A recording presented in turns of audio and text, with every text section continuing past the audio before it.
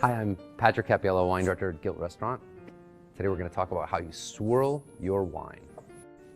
So, one of the most important things when it comes to swirling wine is not to overfill your glass. It's an error that I see people make often, and once you do that, you give yourself a higher risk of spilling out of the top of it when you're swirling. So, a smaller pour is a better pour, especially if you're an inexperienced swirler. Another tip that I give to beginner swirlers is keep the foot of the glass on the table or on the bar where you're sitting, and if you grab the stem almost like a pencil with your finger and your thumb and just draw small circles on the table or on the bar, that's the best way to really get a feel for how it works. And the more you do that, the more you kind of get the vibe for it, and as your experience gets better, you can pick the glass up off the ground, and before you know it, you're practically twirling plates on a stick. So the reason we swirl our wine is to expose the wine to the oxygen that's in the glass, and that brings out the aromatics of the wine even more. So if you ever just have a glass of wine that you poured and just pick it up and smell it, you'll definitely smell something, but as an experiment for yourself, if you then swirl the wine and go back and smell it again,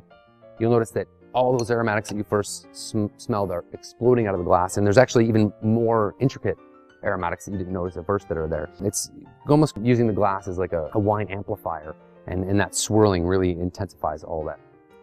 Thanks for joining us today. Cheers.